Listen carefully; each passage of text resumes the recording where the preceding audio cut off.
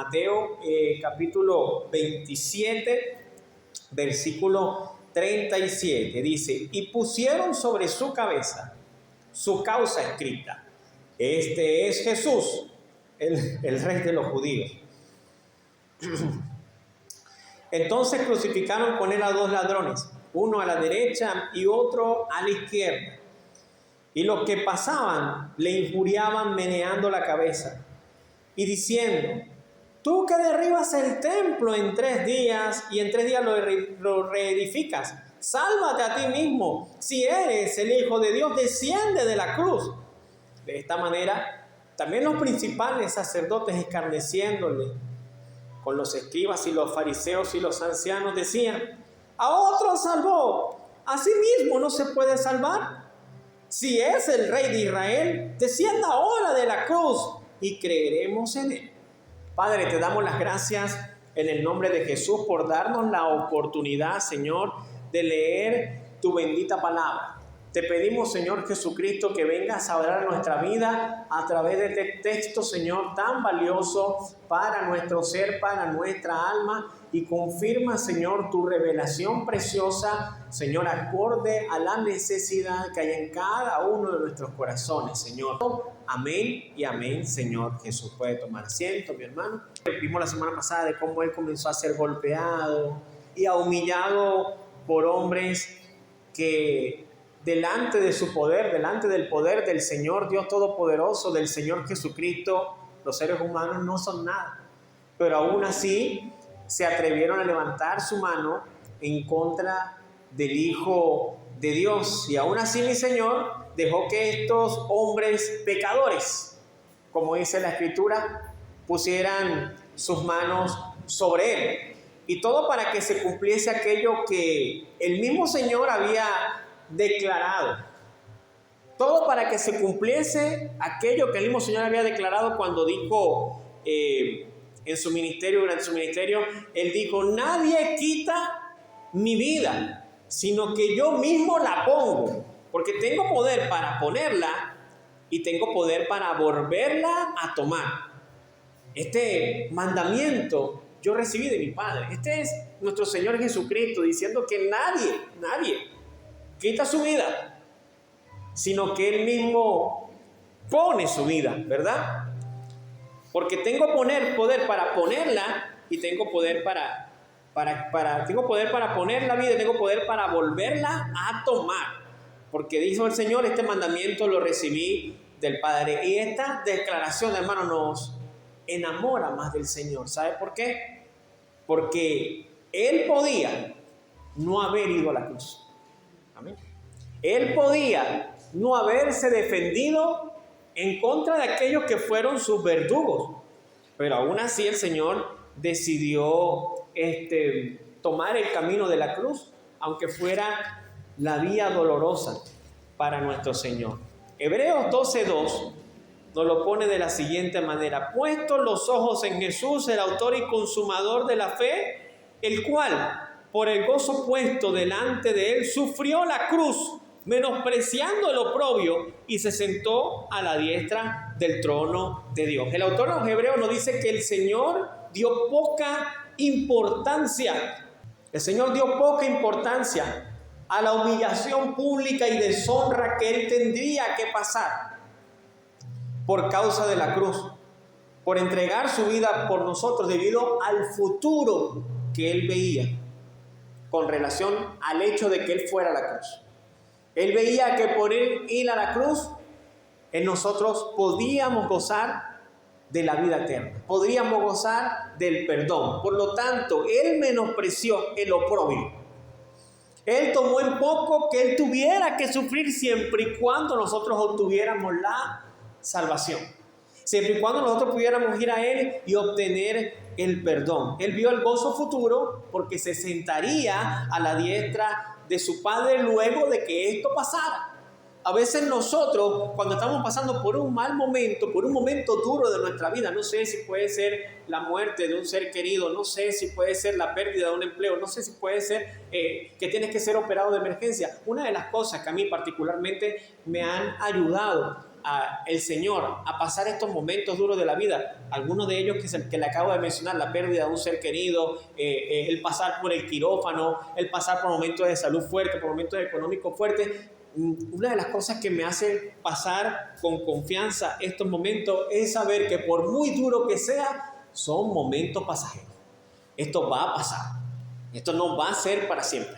Amén. Recuerdo una vez, escuché una historia de un hombre que él era príncipe y cuando ya estaba para tomar su reino, él pidió el consejo a un viejo sabio. Y el viejo sabio agarró, anotó el consejo y se lo guardó en el anillo del rey. Y le dijo, aquí está el consejo que te va a acompañar durante toda tu vida, pero que quiero que lo utilices en aquellos momentos de vida en los cuales veas que sea necesario, que no encuentres qué hacer, que no sepas qué hacer, vayas a tu anillo, saques el papelito y leas ese consejo que te voy a dar, que te va a servir para toda la vida. Y cuentan que este rey, cuando le llegó una crisis tan, pero tan fuerte, se acordó, porque ninguno de esos consejeros, con toda su experiencia, lograban dar con algo que le pudiera calmar la ansiedad al rey. Y cuenta que este rey agarró, sacó su anillo,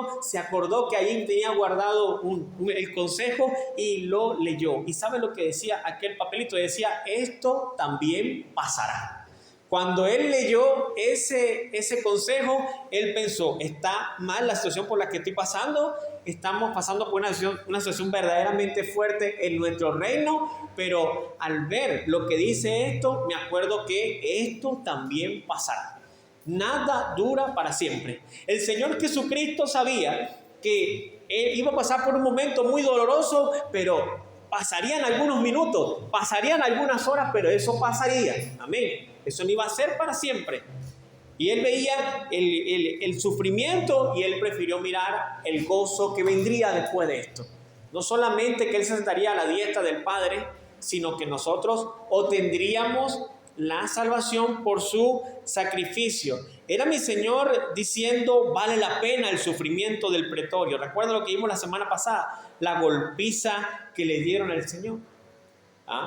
Recuerda lo que hablábamos la semana pasada, que con una caña golpeaban su rostro, tapaban su rostro y le decían, profetízanos quién fue el que te pegó. Le colocaron una corona de espinas, flagelaron sus espaldas, ¿verdad?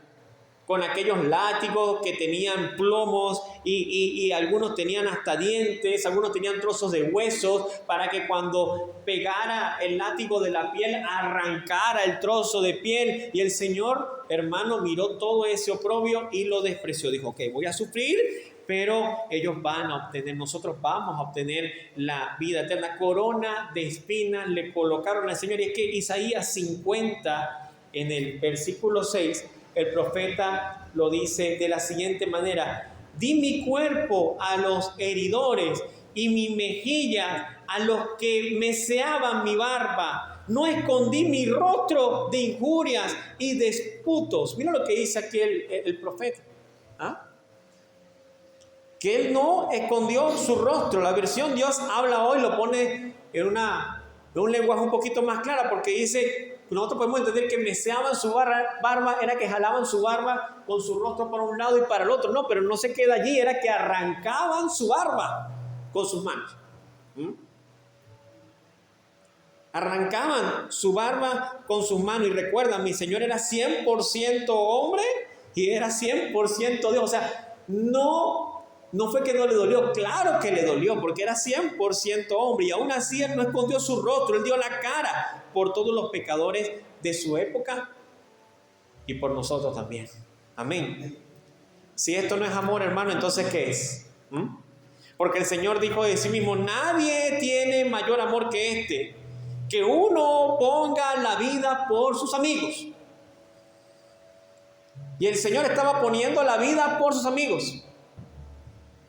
El Señor estaba poniendo la vida por los que con Él estaban. El Señor estaba poniendo la vida por los que habíamos de creer en Él cientos de años después. Mira que el amor de Dios es muy grande. Dice que no escondí mi rostro de injuria y de esputo. ¿Sabes qué es esputo? le escupían en el rostro, no solamente con saliva, hermano, con todo lo que tuvieran, las infecciones que estuvieran cargados aquellos hombres que escupían el rostro del Señor. ¿Ah? Humillación al máximo pasó nuestro Señor. Y recordemos, el Señor escogió darse por nuestro pecado.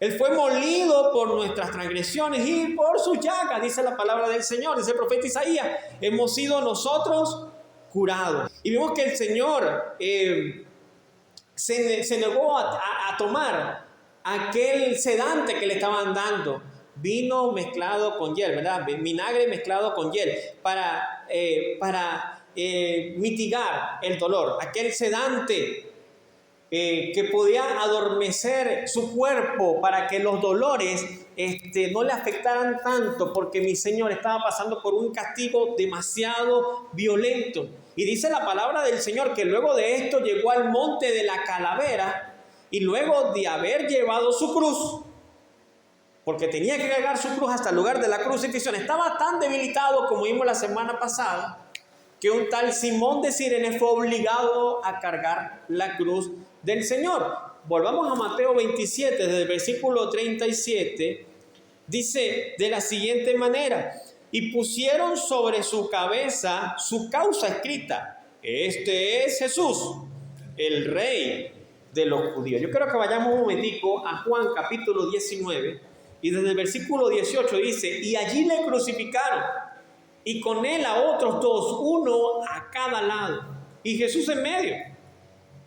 Escribió también Pilato un título que puso sobre la cruz, el cual decía: Jesús Nazareno, Rey de los judíos. Fue la causa por la cual lo llevaron a la cruz. Y muchos de los judíos leyeron este título, porque el lugar donde Jesús fue crucificado estaba cerca de la ciudad. Y el título estaba escrito en hebreo, en griego y en latín. Dijeron a Pilato los principales sacerdotes de los judíos: no escribas Rey de los judíos, sino que él dijo: soy el Rey de los judíos. Respondió Pilato: lo que he escrito, he escrito. Por lo que he escrito, escrito está. Ellos tenían una práctica, los romanos, y es que sobre la cruz de la persona que era sentenciada a muerte, de la persona que era clavada al madero, colocaban el anuncio o la causa por la cual él estaba siendo crucificado. Seguramente los ladrones que estaban al lado del Señor, sobre su cabeza tendrían su causa: crucificado por ladrón, el otro crucificado por ladrón. No sé si colocarían qué fue lo que se robó, pero en el caso del Señor, lo llevaron a la cruz por llamarse el Rey de los judíos. Ellos lo crucificaron por esta causa, y entonces dijeron los sacerdotes: no digas eso, porque él no era el Rey de los judíos, él decía que era el Rey de los judíos. Y Pilato, para salir de escena de todo este tema de la crucifixión, él, aquí es donde lo vemos por última vez, dice: lo que es escrito está. Ustedes lo trajeron por envidia. Fueron ustedes que lo trajeron a la cruz, porque él dijo que era el Rey de los judíos. Versículo 38 de Mateo dice: entonces crucificaron con él a dos ladrones, uno a la derecha y otro a la izquierda. Versículo 39, mira con quién fue contado el Señor: con ladrones, como estaba profetizado. Y los que pasaban le injuriaban meneando la cabeza. Acá se puede ver un poco la falta de compasión de aquellos que vieron al Señor que estaba destrozado, que estaba, como decía el profeta Isaías, molido. Y aún así, veían que el Señor estaba medio muerto, allí en la cruz del Calvario, y en lugar de sentir compasión, dice que los que pasaban le injuriaban y meneaban la cabeza. Aún así lo insultaban. ¿Qué sentiría el Señor allí en la cruz?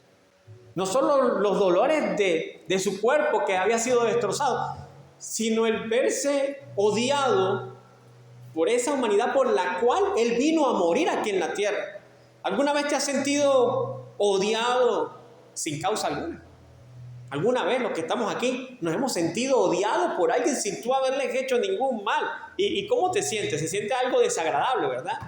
¿Cuánto más el Señor, que era todo amor y que era todo santidad? ¿Cómo sentiría el Señor eso en su corazón? Si nosotros que somos pecadores, si nosotros que no somos perfectos, cuando alguien nos desprecia, sentimos un dolor muy grande en nuestro corazón, en nuestra naturaleza caída. Sentimos un dolor, algo que quiebra nuestra alma. ¿Cuánto más? ¿Cómo sentiría el Señor en ese momento? ¿Cómo se sentiría? Si Él era el dador de la vida, si Él siendo amor encarnado, ¿cómo se sentiría su corazón? Amén. De seguro que, como podemos decir de una manera coloquial, su corazón se caía a pedazos, ¿verdad? Pero mi Señor no se dejó vencer por ello, ¿verdad? Sino que fue fuerte para soportar tanta y tanta humillación. Recordemos, hermano, no todos los azotados por los romanos sobrevivían al castigo. Esto lo vimos la semana pasada. Cuando ellos ven que el Señor sale del pretorio con su cuerpo destrozado, apenas podía cargar la cruz, pues obligaron a Simón de Cirene para que ayudase al Señor a cargar la cruz. Y mi Señor salió con sus carnes rotas en sus espaldas y sus costados, con sus ojos morados, con sus ojos hinchados porque le golpearon con una caña su rostro, con su frente inflamada debido a los hematomas que le habían causado esos golpes y aquella corona de espina que habían colocado sobre su cabeza muy probablemente, como le decía también, le dolía su cabeza, tenía una presión demasiado fuerte, ¿verdad? Nuestro Señor, y aún así le tocó cargar aquel madero de unos 50 kilos, que era lo que pesaba aquel madero, y un recorrido de unos 600 metros, rumbo al Gólgota, rumbo al lugar de la calavera. Y al llegar al Gólgota, donde nuevamente le quitarían su manto. Y recuerda, ya había recorrido 600 metros y aunque no durante todo el recorrido cargó la cruz, pero iba apenas con el hilo de vida que le acompañaba. ¿Cuántos de los que están aquí alguna vez se han sentido tan débiles que lo primero que buscan es una silla donde sentarse porque no aguantan el mareo, porque sienten que se van a dar un mal golpe si siguen caminando? Pero mi Señor, a pesar de que sentía todos esos malestares, tuvo que caminar hasta el pretorio. Y cuando llegó a aquel lugar, hermanos, ya su cuerpo, como iba todo destrozado, quizás había sudor salía sudor de su frente, que al mezclarse con las heridas produciría un ardor fuerte, doloroso. Y cuando llegó al lugar en el cual lo iban a crucificar, pues para poderlo crucificar tenían que quitar sus ropas. Y ya luego de haber caminado 600 metros, hermanos, el Señor ya, las heridas, algunas se tuvieron que haber secado. Y los soldados romanos tuvieron que arrancar esas ropas de sobre aquellas heridas. Hermanos, si nosotros cuando tenemos una pequeña cortada, no sé, en el dedo del pie, ¿verdad? Y la media se nos queda pegada ahí a la piel, uno, ¡ay, cómo hago para quitarme esto! Imagínate. Al Señor tuvieron que arrancarle su manto de sus espaldas. Y cuánta sangre ya se estaba comenzando a secar y el Señor sufrió esos dolores. Y no solamente ese dolor, no solamente lo mal que se sentía, no solamente que le escupieran flema y todo tipo de infección en su rostro, que golpearan con una caña su rostro, que le doliera su cabeza, que se sintiera debilitado, encima lo iban a desnudar también para crucificarlo. Dios mío, una detrás de otra. Parece que es demasiado. Sí, porque es que la paga del pecado es la muerte. Nosotros la tenemos fácil hoy en día, doblamos nuestras rodillas y de corazón sincero pedimos perdón al Señor, ¿verdad? Por eso es que tenemos que hacer una vuelta de 180 grados y no seguir en nuestro pecado. ¿Sabe por qué? Porque al Señor le costó mucho dolor pagar por nuestros pecados. Como para que nosotros sigamos viviendo en nuestro pecado. Eso es decirle al Señor, tu sacrificio no es suficiente, no significa nada para mí, porque el sacrificio que Él hizo sí fue suficiente por todos nuestros pecados. Pero cada vez que nosotros le damos la espalda al Señor y decidimos seguir en nuestra vida de pecado, es ser indolente con aquel que un día tuvo que cargar una cruz a sus espaldas como tenía su espalda destrozada. Es ser indolente con aquel que un día se estuvo dispuesto a cargar una corona de espinas y sufrir toda la humillación que si nosotros hubiéramos estado ahí, hubiéramos quizás hasta llorado por ver tanto dolor. Dice que cuando se estrenó la película de la Pasión de Cristo, y hago mención a esta película nuevamente, sin hacerle propaganda ninguna, pero ya hace más de 20 años que se estrenó, y dicen que hubieron personas que viendo la película de la Pasión de Cristo murieron de la impresión al tener una idea un poco más clara de cómo sería el sufrimiento de nuestro Señor Jesucristo. Y saben, el Señor llega a aquel lugar. Tienen que arrancar, tienen que quitar ese manto de Él para poderlo crucificar, por si fuera poco. La humillación de la desnudez, y ahora es que lo van a crucificar. ¿Sabe que hay un refrán que nosotros coloquial que decimos es: dime con quién andas y te diré quién eres, ¿no? El que anda con necio, necio será. El que anda con sabio, sabio será. Pero mi Señor, siendo santo, 100% Dios, 100% hombre, una vida íntegra, pura delante de Dios y de los hombres aquí en la tierra, fue contado con los malhechores. Entre ellos vino a morir. Mientras que muchos reyes morían en sus palacios, porque el libro de Crónicas, vamos a ver que muchos de ellos, libro de Reyes y Crónicas, muchos de ellos murieron en sus palacios. El Rey de Reyes y Señor de Señores, que no solo había nacido en un pesebre porque no se halló una cama donde pudiera, una camilla en la cual su mamá pudiera darlo a luz. Ahora estaba muriendo, no en un palacio, estaba muriendo en una cruz, contado con los malhechores, sabiendo él que no era malhechor, sabiendo lo que le acusaban que no era malhechor. Y aún así, el Señor, que podía pedir 12 legiones de ángeles, no las pidió. Aún así que tenía a su servicio todos los ángeles del cielo para que los rescataran, no accedió a los servicios de los ángeles. Aquellos ángeles que cuando, dice la palabra del Señor, que cuando Él principia su ministerio, luego que Él termina el ayuno, luego que Satanás vino y lo tentó, estaba tan débil el cuerpo del Señor, porque había tenido 40 días de ayuno, que vinieron ángeles del cielo a servirle al Señor. Por 40 días de ayuno, ¿cómo estaría aquí debilitado? Con tanta golpiza, con tanta humillación. Y como le digo, a veces hay golpes, hermano, que nosotros no nos damos cuenta. Damos golpes, hay golpes que duelen más que el golpe físico. Son los golpes que damos con las palabras. Son los golpes que damos con nuestros hechos, ¿sabe?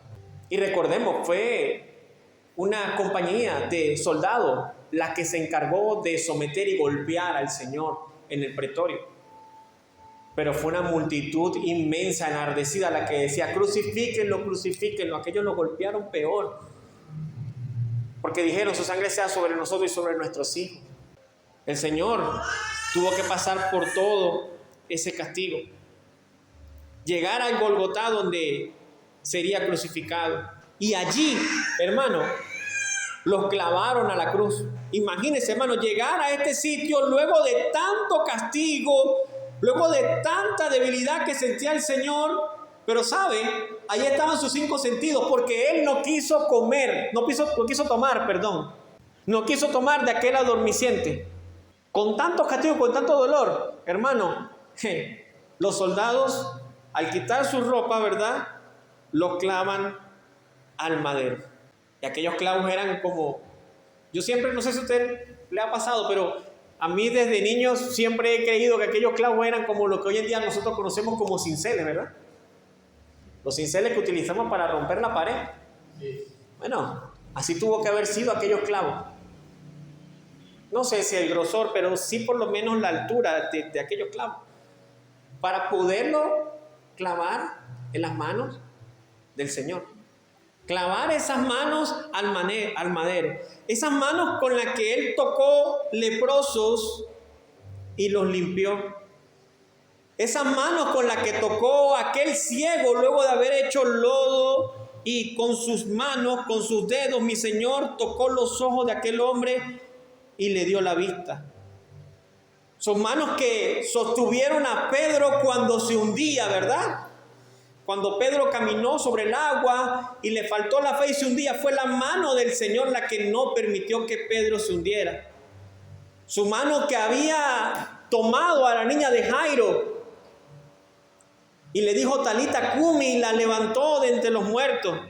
Ahora estas manos de bondad, ahora estas manos de misericordia, ahora esas manos que estaban al servicio del Señor aquí en la tierra, útiles para su Padre, ahora esas manos serían clavadas al madero.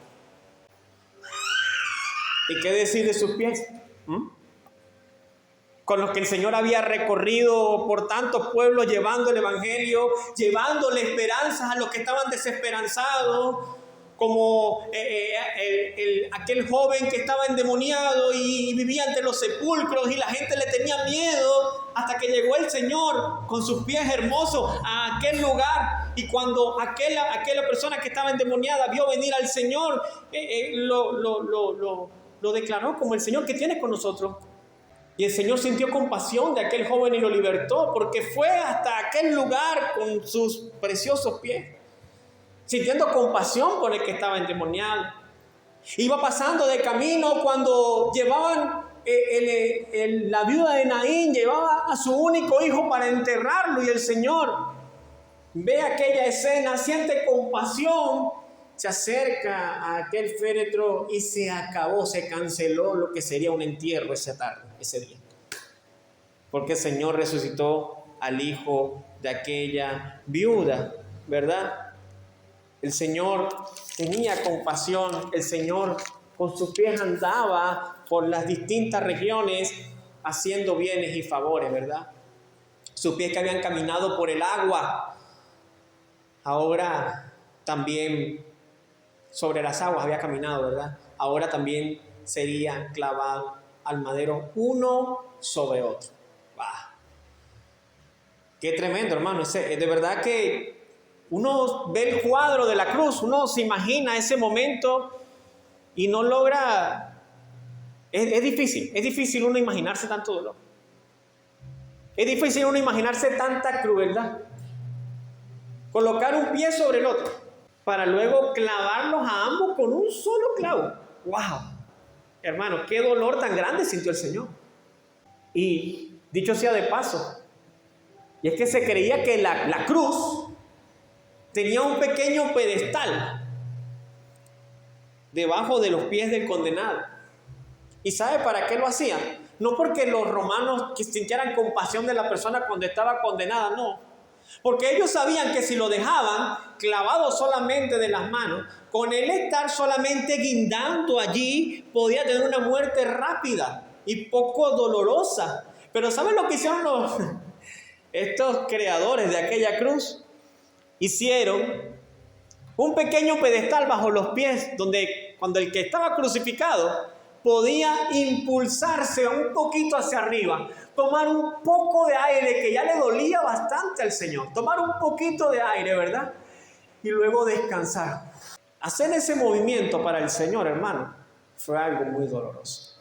Yo no sé si los que estamos aquí alguna vez nos ha dolido respirar un poco, pero cuando te duele respirar un poco, tú entiendes, hacer la inhalación me refiero, tú entiendes lo valioso que es respirar. Inhalamos y exhalamos a manera involuntaria, pero sabemos lo valioso que es cuando ya deja de ser fácil. ¿Y saben lo que hicieron los romanos? Colocaron ese pedestal para que las personas que fueran crucificadas querían respirar un poco. Bueno, agarren aire. Ellos tenían que impulsarse con sus pies. Agarraban aire. ¿Y sabe para qué? Para que duraran un par de horas más sufriendo allí. Algunos, como lo decíamos el domingo anterior, hasta días duraban sufriendo, gracias a ese pequeño pedestal que tenía aquella cruz. Por eso es que cada vez que nosotros vemos las famosas 7 palabras que dijo el Señor cuando estuvo en la cruz: tengo sed, mujer, y allá tu hijo, Elí, Elí, lama sabactani, Dios mío, ¿por qué me has desamparado? Es consumado. Es todas estas palabras que dijo el Señor cuando estuvo en la cruz. Hermano, cada palabra que dijo el Señor cuando estuvo en la cruz, hermano, eso le costó muchísimo para poder decirlo, porque le costaba respirar.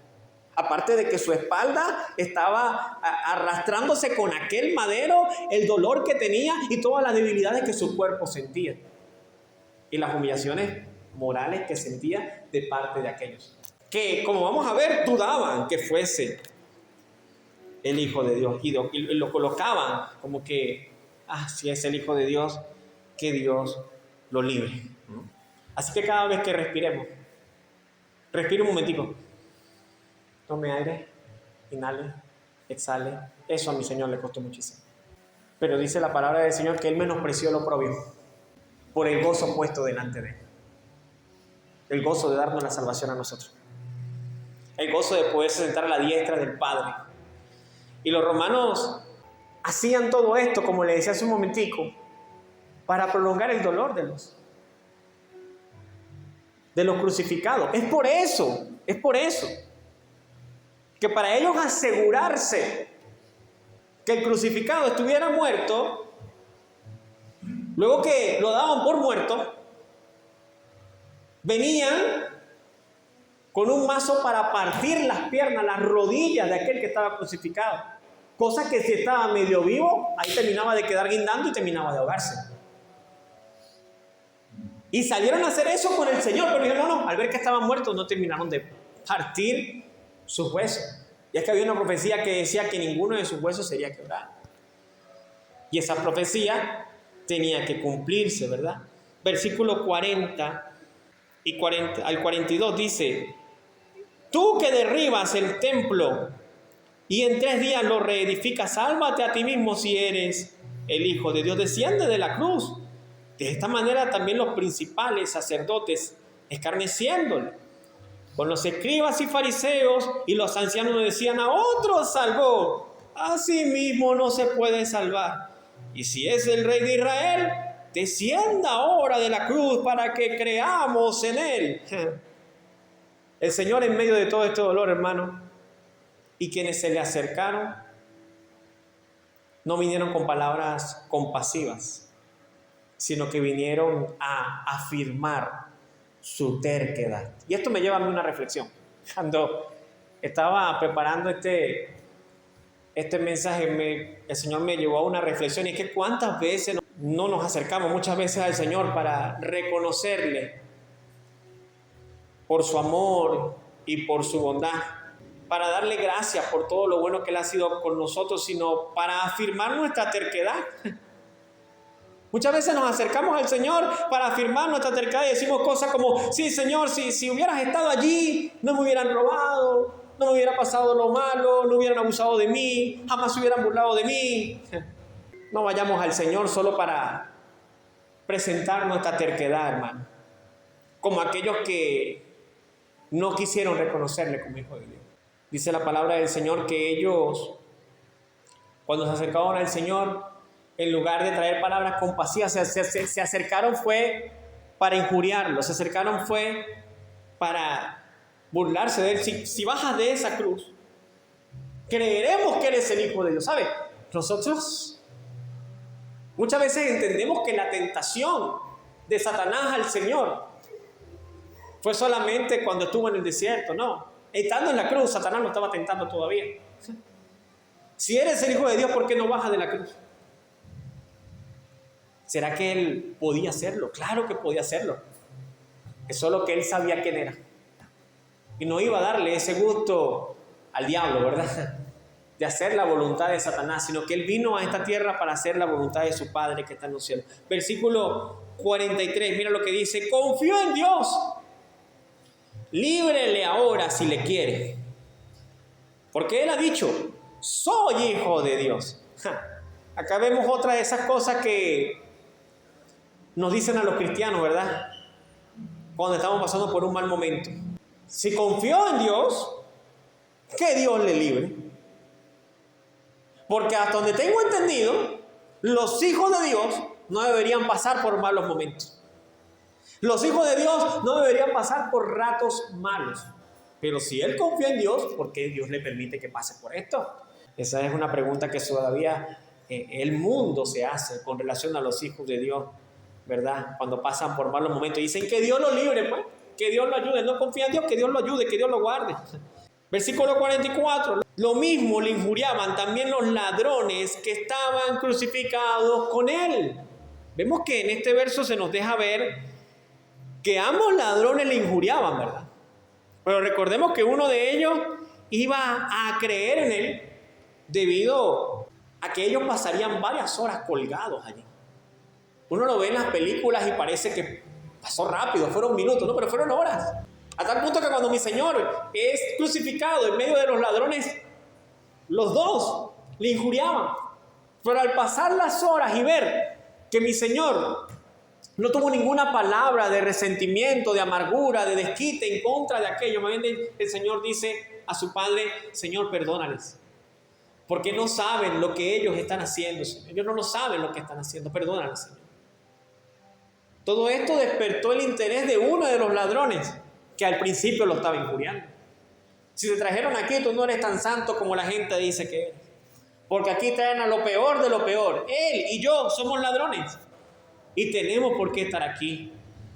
Pero tú, si te traen aquí, es porque algo malo hiciste. A saber Dios qué habrás hecho.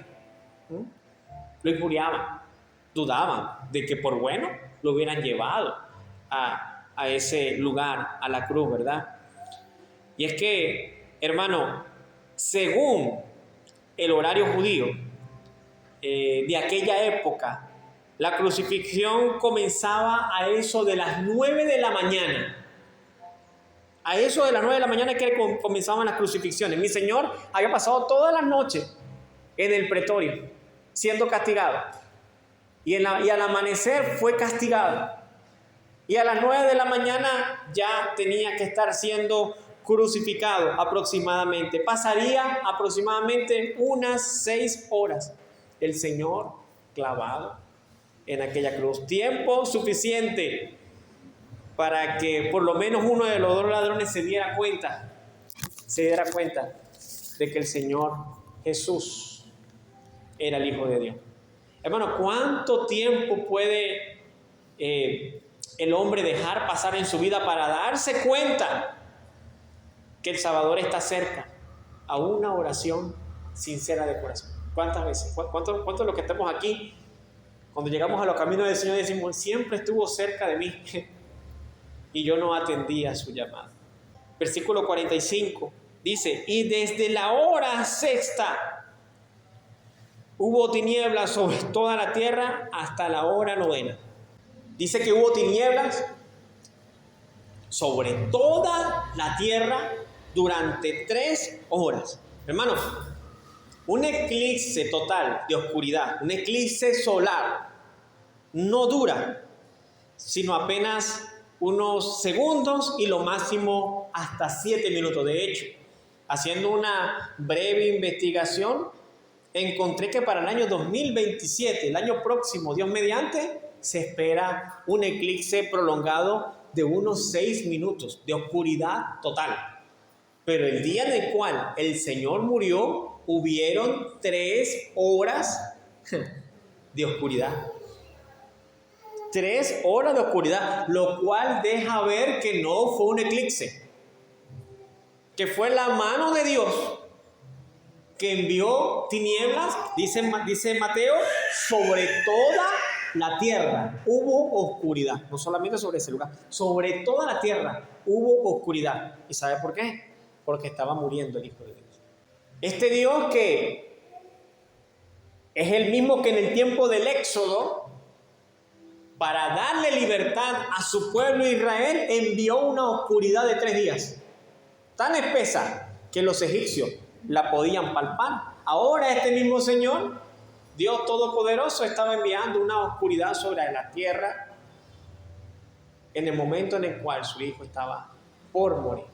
Desde las 9 de la mañana colgado en el madero, 12 del mediodía, a pleno mediodía, cuando el sol está en su esplendor, ¿verdad?, en todo el centro, en ese momento el Señor hizo que hubiera una oscuridad sobre toda la tierra.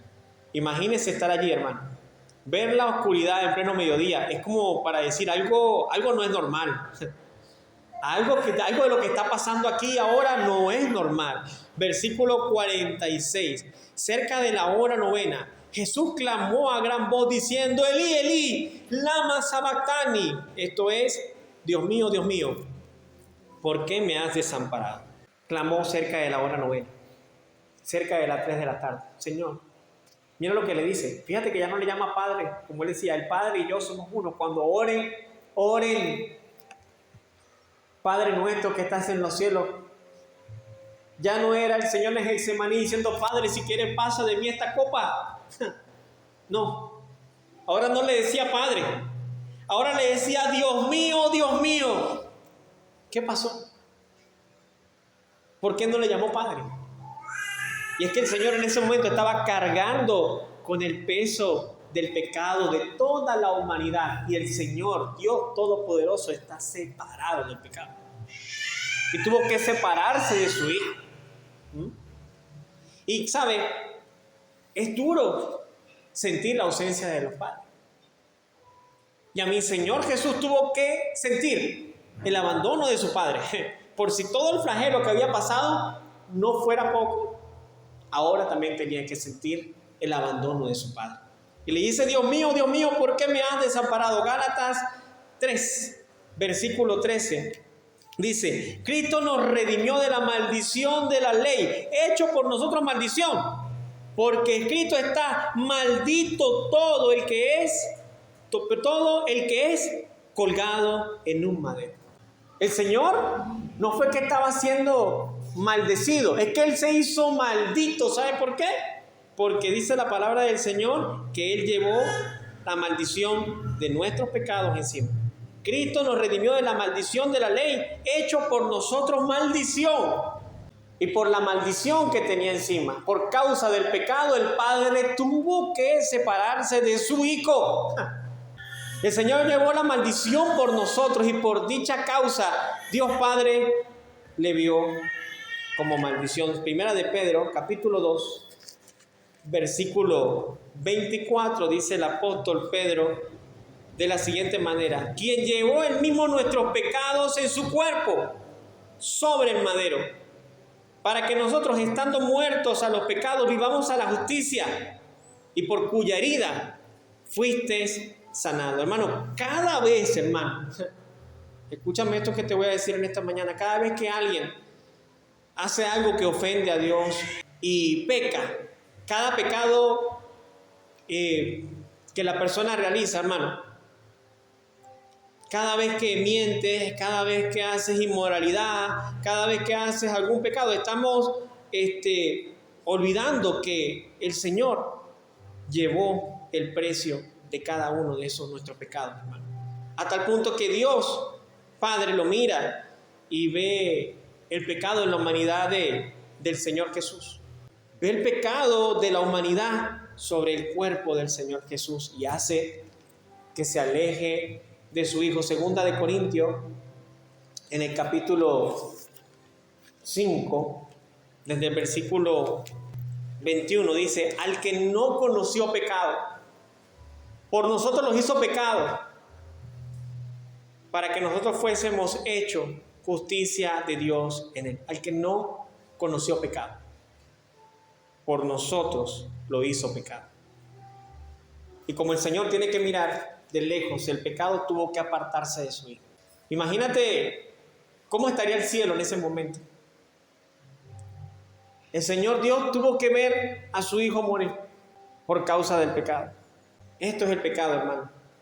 Hizo que el Padre se alejara del Señor Jesús y que sintiera que su Padre, que siempre estuvo con él, ¿verdad?, se alejara, y esto le dolió muchísimo al Señor. Sentir la ausencia de su Padre. ¿Por qué me has desamparado, Señor?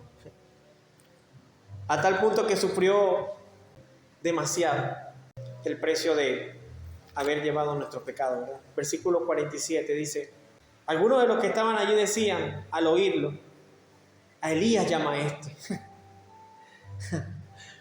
Ellos no entendían lo que el Señor estaba diciendo. Y el Señor habló en arameo, un idioma que ellos entendían. Pero ellos entendieron, no, él está llamando a Elías. Cuando escucharon de Elías, está llamando a Elías. Vamos a ver si Elías viene. Versículo 48, y al instante, corriendo, uno de ellos tomó una esponja y la empapó de vinagre y poniéndola en una caña le dio a beber. Ahora sí el Señor bebió un poco de aquella bebida que le dieron. Fue una bebida que probablemente tomaban los soldados. Una bebida de vino bastante rebajada, bastante avinagrada. Y ocurría que cuando el Señor mientras moría y veía todo aquello, tenía aquella sed, le dan a beber de paso vino, le dan vinagre, perdón, le dan a beber aquello, el Señor lo bebe y estando en aquella dolencia, hermano, en aquel momento el Señor, estando allí en sus 5 sentidos todavía, Él piensa en el bienestar, no solo de aquellos que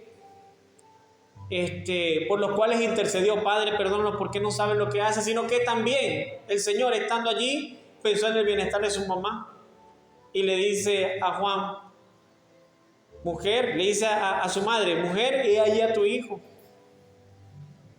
Algunos creen que le dice a Juan que se encargue de su mamá porque recuerda, Juan era hijo de Zebedeo y su papá era dueño de barcas.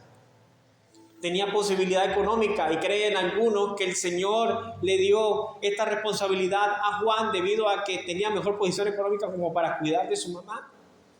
Sabemos que el Señor Jesús tenía hermanos, pero estaban muy jóvenes todavía. Otros consideran que le dijo a Juan porque era el más joven de los apóstoles.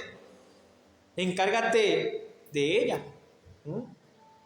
Pensando en el bienestar de ella, le dijo, mujer, he allí a tu hijo, he allí a tu madre, pero no le dijo, mamá, que Juan te cuide, mi vieja me voy. No le dijo eso.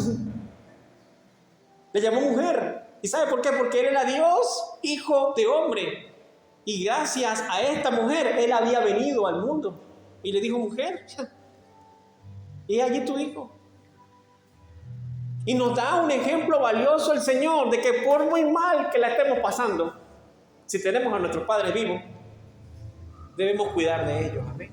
Y si nuestros padres ya no están, seguro que Dios va a proveer a una María a la cual cuidemos, como le dijo un predicador alguna vez. Porque siempre ha sido la intención del Señor cuidar de los necesitados. Versículo 49 dice, pero los otros decían, deja, veamos si viene Elías a librarle, burlándose de él. Mas Jesús, habiendo otra vez clamado a gran voz, entregó el Espíritu. Juan nos dice que luego de beber el vino, otra vez, recordando un poco lo que le decíamos en semanas anteriores, esta fue la copa que el Señor decidió tomar. Luego que Él tomó esta bebida amarga, luego de haber tomado esto, en ese momento de muerte, Él dijo, consumado es.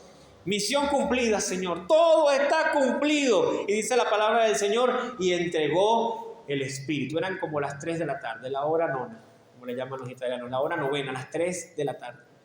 La tierra estaba en oscuridad.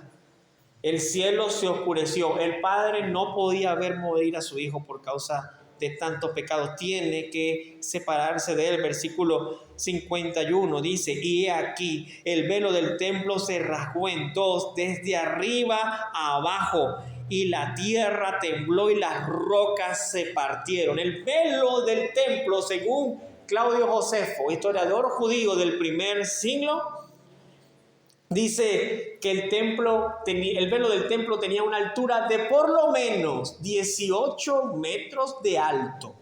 Tenía este velo, esta cortina. Tenía unos 10 metros de ancho y el espesor de la tela era de unos 10 centímetros. Por lo tanto, eso no se rompía fácilmente. ¿Sabe lo que es una tela de 10 centímetros de ancho? ¿Y sabe lo que hizo el Señor cuando muere su hijo en la cruz del Calvario? El velo del templo se rasga desde arriba hasta abajo. Porque aunque era difícil de romper, imposible de romper, porque tenía que tener ese espesor, puesto que había una gran diferencia entre el Señor y la humanidad, tenía una gran distancia. Aunque se pudiera haber roto, tenía sentido de abajo hacia arriba, pero de arriba hacia abajo solamente Dios podía hacer eso, ¿verdad? Solamente Dios podía hacer esto. Y es que este velo representa, hermano, la superioridad que había, la separación que había entre el lugar santo y el lugar santísimo. Y el grosor representaba esa separación entre Dios y la humanidad. Y al morir el Señor, hermano, la rasgadura del velo significaba que ya el sacrificio del Señor Jesucristo había eliminado la separación entre Dios y los hombres, amén, abriendo un camino directo del hombre hacia Dios a través del sacrificio del Señor Jesucristo. Eso fue una acción divina, que se rompiera ese velo desde arriba hasta abajo. Y dice la palabra del Señor en el versículo 51, y la tierra tembló y las rocas se partieron. Un terremoto en el momento en el cual el Señor muere. La tierra se estremeció porque estaba muriendo el Hijo de Dios. Hermano, yo soy de los que creen que no solamente tembló en aquel lugar, tuvo que haber temblado en toda la tierra. Que no solamente estuvo oscuro aquel lugar, tuvo que haber oscuridad y tinieblas en toda la tierra, porque estaba muriendo el Hijo de Dios. No era cualquier cosa, era el Hijo de Dios que estaba muriendo en aquel lugar. Y todo ocurrió en un solo día. Dice, y se abrieron los sepulcros de muchos cuerpos de santos que habían dormido y se levantaron. Y saliendo de los sepulcros después de la resurrección de él, vinieron a la ciudad santa y aparecieron a muchos. Esto es uno de esos textos bíblicos que, digamos, dejan muchas preguntas en el momento en el cual se explica. Pero yo digo una cosa, es difícil de creer por lo que está diciendo, ¿verdad? ¡Wow! Muchos muertos resucitaron. Sí, pero es que dice, y se abrieron los sepulcros y muchos cuerpos de santos que habían dormido se levantaron. Cuerpos de santos que habían dormido se levantaron. ¿Por qué nos cuesta creer esto? Cuando el Señor estuvo en la tierra, resucitó a Lázaro, que tenía 4 días de muerto. ¿Dónde lo sacó? Del sepulcro, ¿verdad? 4 días de muerto. Y a otros tantos que habían fallecido, el Señor los resucitó. Pero el día que Él resucitó, no fue el día que Él murió. Dice que el día que Él resucitó, porque dice, y salieron, dice, y muchos cuerpos de santos que habían muerto se levantaron. Y saliendo de los sepulcros, después de la resurrección de Él, vinieron a la ciudad santa y se le aparecieron a muchos. Resucitaron, volvieron a sus cuerpos, se aparecieron a muchos, ¿verdad? Algunos consideran que al igual que Lázaro resucitó para vivir y volver a morir, probablemente haya pasado con ellos. Otros consideran que hubo una resurrección de aquellos que pasaron de muerte a vida, de aquellos que habían muerto antes del Señor y resucitaron y se aparecieron, los vieron, pero luego resucitaron con el Señor. El caso es que este día hubo resurrección. El día que resucitó el Señor, resucitaron muchos con Él. No fue cualquier cosa. Fue un gran día, ¿verdad? Y dice el versículo 54, y el centurión y los que estaban con él guardando a Jesús, visto el terremoto y las cosas que habían sido hechas, temieron en gran manera y dijeron, verdaderamente este era el Hijo de Dios. Imagínate, el centurión y los soldados que estaban cuidando el cuerpo del que estaba crucificado. Oye, si estaba crucificado, ¿para qué lo cuidaban? Porque tenían temor de que sus discípulos se llevaran el cuerpo, ¿verdad? No después de que lo sepultaran, como también lo iban a cuidar, sino desde antes de que estaba muriendo en la cruz del Calvario. Y dice, el Evangelio según San Juan nos dice que muchos en aquel día cuando vieron al Señor Jesús morir, según el Evangelio según San Juan y Lucas nos lo dice más claramente, que cuando vieron morir al Señor y todas aquellas señales, el terremoto, el velo del templo que se rasgó, la oscuridad y todo lo demás, se daban golpes de pecho. Y esto es una manera en la cual la persona se hacía responsable porque estaba entendiendo que lo que había pasado ahí estuvo mal, que habían matado al Hijo de Dios. Una señal de arrepentimiento, de golpear su corazón a sí mismo y decirse, es culpa nuestra, nosotros que hemos hecho. El centurión y los soldados dijeron, verdaderamente este hombre era el Hijo de Dios. Y dice que agarraron una lanza y traspasaron el costado del Señor. Y cuando traspasan el costado del Señor, agua y sangre salió, porque ya el Señor había colapsado su cuerpo internamente, sus pulmones, sus riñones, su corazón. Y cuando traspasan su cuerpo, sale agua y sangre. Y dice versículo 55 para concluir, 56. Estaban allí muchas mujeres mirando de lejos, las cuales habían seguido a Jesús desde Galilea sirviéndole, entre las cuales estaban María Magdalena, María la madre de Jacobo y de José, y la madre de los hijos de Zebedeo. Las mujeres allí, siempre cerca de servirle al Señor. Y aunque pasen los años, miren nuestras iglesias, hay más mujeres que hombres, porque siempre la mujer tiene una vocación de servicio al Señor muy dispuesta. Y eso es algo que nosotros los hombres debemos valorar. Amén. Y que debemos desear tener nosotros también. Conclusión, ¿qué se puede concluir de todo esto que se acaba de decir? El sacrificio de nuestro Señor fue demasiado grande y demasiado valioso. El sacrificio de nuestro Señor de verdad que es algo irrepetible. Solo Él podía pagar ese precio. Y solo su sacrificio podía ser aceptado por Dios Padre. Tenemos un Señor que nos ama demasiado. Alguien que por nosotros se hizo maldición. Alguien que sufrió no solamente los golpes y las humillaciones, sino también que su Padre le diera la espalda en el momento que más lo necesitaba. Fue un sufrimiento muy fuerte de nuestro Señor y todo lo hizo por amor a nosotros. Así que cada vez que nosotros pequemos, cada vez que nosotros vayamos a hacer algo malo, antes de hacerlo, recordemos que el Señor pagó por nuestros pecados, que el molido fue por nuestros pecados, que el castigo de nuestra paz fue sobre Él y que por su llaga nosotros hemos sido curados de la enfermedad del pecado. Y que el velo del templo, al rasgarse, nos da entrada directa a pedirle: Señor, perdóname, aquí estoy, Señor. Sé que tengo muchas cosas por mejorar, pero ya no necesito ningún sacrificio que presentar, Señor, porque el sacrificio del Señor Jesús fue suficiente. Se rasgó el velo del templo y tengo entrada directa al trono de la gracia. ¿Cuánto le dan gracias al Señor por eso? Póngase de pie. Gloria al Señor.